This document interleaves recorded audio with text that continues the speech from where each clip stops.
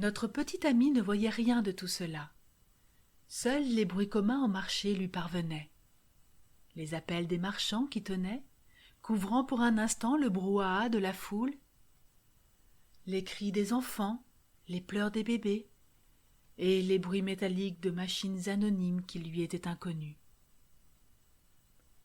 Elle était résolue à rester là, même si, au fond de son cœur, elle espérait encore que quelque chose allait arriver et la sortir de la charrette avant que ce ne soit l'heure pour elle de finir en soupe.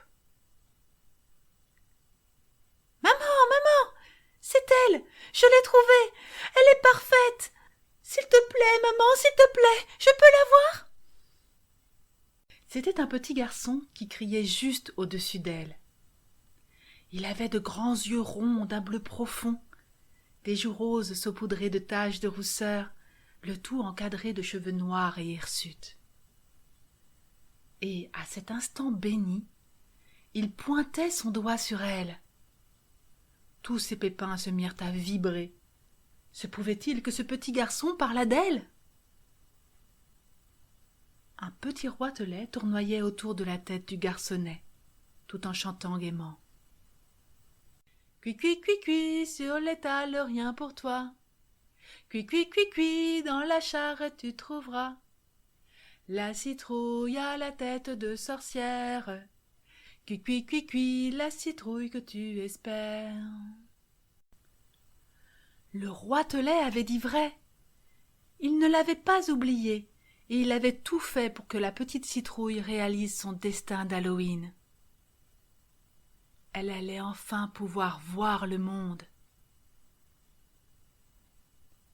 Le petit garçon était ravi. Il était si content d'avoir trouvé sa citrouille idéale qu'il ne voulut pas la lâcher pendant le chemin qui le menait à la maison. Il la porta fièrement dans ses bras, si bien que notre petit ami était aux premières loges pour admirer le paysage qui défilait sous ses yeux. Tout d'abord, elle vit les grands bâtiments qui composaient le village. Qu'ils étaient immenses! Ils auraient pu contenir tant de ses congénères. Ils étaient si étranges. Ils se dressaient tels des monstres dotés d'une carapace de pierre qui avalaient et recrachaient les humains par leurs bouches béantes. À travers leurs multiples yeux tantôt immenses, tantôt étroits et sombres, on apercevait parfois l'ombre affairée d'une victime de la bête. Notre petite amie n'était cependant en rien impressionnée. Elle se savait désormais en sécurité et prête à vivre son destin. Elle était surtout très amusée par l'activité frénétique qu'elle observait. Les rues passèrent et ce fut la pleine campagne. Elle retrouvait les champs et voyait enfin plus loin que le talus qui délimitait le petit carré de terre où elle avait grandi. Les oiseaux avaient raison. Que c'était beau! La succession des terrains, les nuances de vert, les arbres qui se détachaient du bleu du ciel et qui jouaient avec les nuages. Blottie dans les bras du petit garçon, elle savourait la caresse de la brise fraîche et se laissait aller à rêver qu'elle volait, et que d'elle-même, elle survolait ce beau paysage. Quand elle rouvrit les yeux, elle vit quelque chose qu'elle n'avait encore jamais vu. À la fois fascinant et effrayant, le spectacle n'en était que plus beau.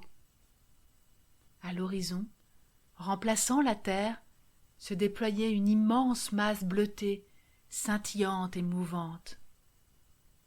Au-dessus, virevoltaient de grands oiseaux blancs qu'elle avait déjà vus de temps en temps dans son champ. Des mouettes. C'était donc cela qu'elles appelaient la mer. Elle en avait les larmes aux yeux, tellement elle trouvait ce spectacle splendide, et elle remercia intérieurement le petit roitelet pour le cadeau qu'il lui avait fait. Elle était si absorbée par ses pensées qu'elle ne s'aperçut pas que son porteur changeait de direction, et tout à coup, elle fut avalée par un des grands monstres de pierre que les humains appelaient maison. La maman insista pour que le petit garçon la dépose sur le rebord de la fenêtre. De là, elle voyait la cour de la ferme. Elle n'était pas grande. Un tas de fumier en occupait une partie conséquente, et les poules et les canards se partageaient le reste de l'espace. Les unes grattant le sol à la recherche de petits insectes à picorer, les autres se promenant le cou dressé en émettant des bruits aigus et absurdes. La petite citrouille était toute à sa contemplation, curieuse de tout voir, avide de tout comprendre, quand vint l'heure de la transformation. En effet, pour accomplir son destin d'Halloween, notre petit ami devait devenir un lampion. Le petit garçon était tout excité et riait beaucoup. Il s'empara d'elle, lui coupa le crâne, lui sculpta des yeux, un nez et un vilain sourire, puis entreprit de les vider. L'épouvantail avait raconté si souvent à toute l'assemblée du champ l'histoire du destin d'Halloween le soir à la veillée. Il leur avait raconté de telles horreurs que notre petit ami était partagé entre la joie d'accomplir son destin et la peur de finir en lampion raté. Mais, entre les mains du petit garçon, elle se sentait confiante. Elle sentit ses pépins se détacher et son corps devenir plus léger. L'air passait désormais à l'intérieur de son ventre comme une caresse froide que l'installation de la bougie réchauffa agréablement. Lorsque le petit garçon lui remit son chapeau, elle entendit sa voix. Une petite clochette tintait. Elle chantait. Elle n'était plus muette. C'était formidable. Drelin, drelin. Du haut de la perche à laquelle il l'avait suspendue, il lui semblait qu'elle volait enfin. La sensation était fantastique, et elle chanta de plus belle. Drelin, drelin. Le petit garçon retrouva ses amis à la place du village. La petite citrouille reconnut certaines de ses cousines. Elles étaient toutes illuminées, plus ou moins bien décorées, mais elle était la seule à pouvoir chanter. La soirée se déroula pleine de rire et de joie. Les monstres maisons ouvraient leurs bouches, les habitants offraient des beignets de potiron, des sucreries, des pommes d'amour ou des clémentines. Les petits sacs de toile des enfants se remplissaient de toutes sortes de friandises.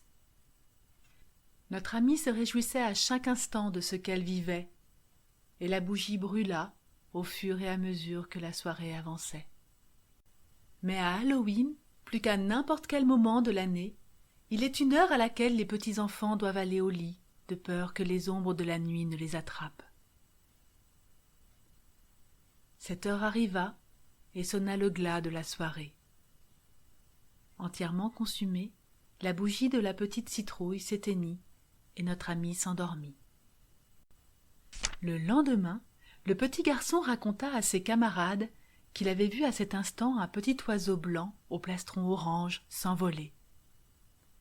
Il ajouta que, suivant son vol du regard, il l'avait vu se poser sur une des branches du châtaignier aux côtés d'un roitelet.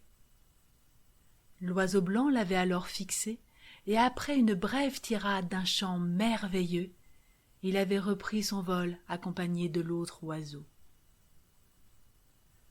Le petit garçon garda ce moment au fond de son cœur comme un cadeau inestimable. Depuis, chaque année, il fit pousser pour Halloween, grâce aux pépins de notre ami, une petite citrouille qui rêva à son tour de voler.